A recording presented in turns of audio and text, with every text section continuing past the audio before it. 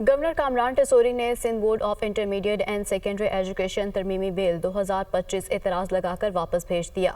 Governor Sindh Kamran Tessori نے کہا کہ متعلقہ شق کو غیر ترمیم شدہ ہی رہنے دیا جائے۔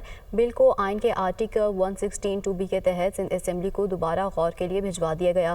گریڈ 18 سے 21 تک کے بیوروکریٹس کے کسی بھی آفیسر کو ایجوکیشن بورڈ میں تعینات کیا جا سکتا ہے، جبکہ گریڈ 18 سے 21 کے بیوروکریٹس کو بورڈ میں چیئرمین، وائس چیئرمین یا کسی بھی عہدے پر تعینات کیا جا سکتا ہے۔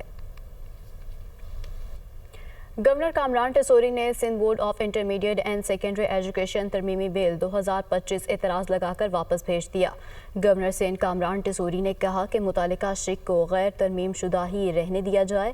بل کو آئین کے آرٹیکل 116(2)B کے تحت سندھ اسمبلی کو دوبارہ غور کے لیے بھجوا دیا گیا۔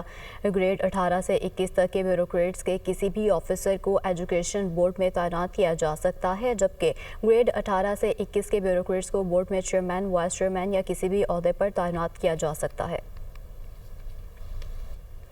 گورنر کامران ٹیسوری نے Sindh board of intermediate and secondary education ترمیمی بل 2025 اعتراض لگا کر واپس بھیج دیا۔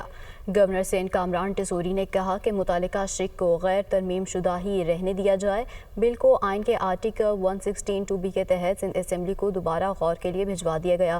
گریڈ 18 سے 21 تک کے بیوروکریٹس کے کسی بھی آفیسر کو ایجوکیشن بورڈ میں تعینات کیا جا سکتا ہے، جبکہ گریڈ 18 سے 21 کے بیوروکریٹس کو بورڈ میں چیئرمین، وائس چیئرمین یا کسی بھی عہدے پر تعینات کیا جا سکتا ہے۔